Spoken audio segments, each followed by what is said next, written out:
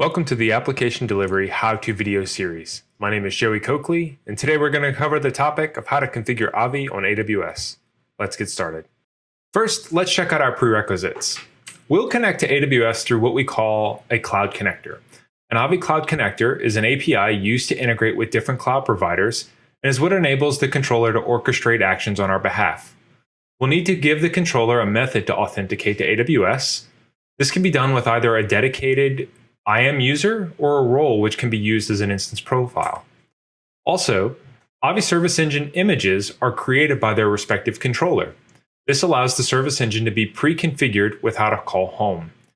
The AWS VM import service will need permission to access the service engine image in order to convert it to a native AMI. Both roles and their required permissions can be found at the link below. Once our roles have been defined, we can configure our cloud and start load balancing our applications. All right, so here we have a fresh Avi controller.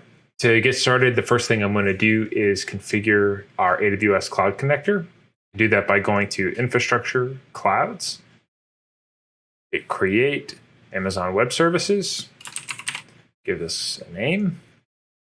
Here, I'll just run through my steps here. I'm going to deploy this in US East 1. I'm going to opt to use an IAM role for authentication. I'm not going to worry about DNS right now for this demo, but we do have options to integrate in with various DNS providers or Route 53 if necessary. I'll hit Next.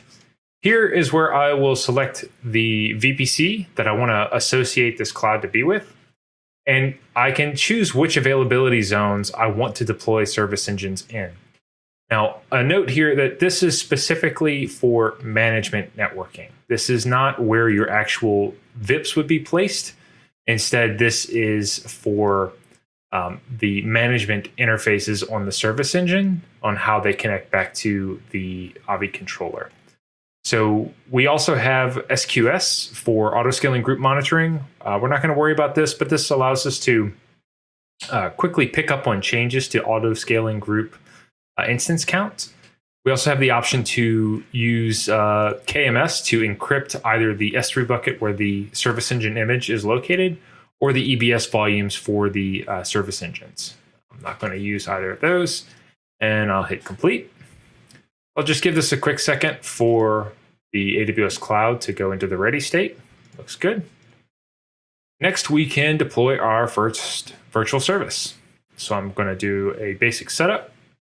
Select AWS, give this a name.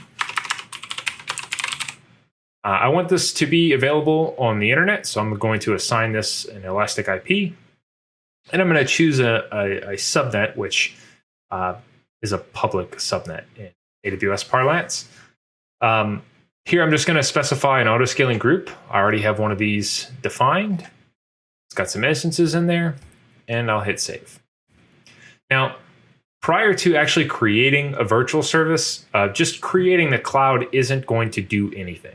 It's only once we create a virtual service that it actually is going to kick off the workflow to actually deploy resources. So in this case, the controller has to export the service engine image, and then the AWS VM import service needs to convert that to an AMI. So it could take 5 to 6 minutes while that process goes through. So I'm going to pause this video. And then once our service engine has been deployed, I'll show you what that looks like and we can wrap things up.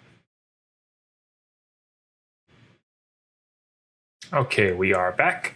So it took a little bit for our service engine, our first service engine to get deployed, but no additional changes were needed on the controller side. So here is my original virtual service. I can see both the private and the public IP address for this. This public IP was there because I selected to use an elastic IP. I'm just going to go to this IP address, and you can see here is my Hello World application.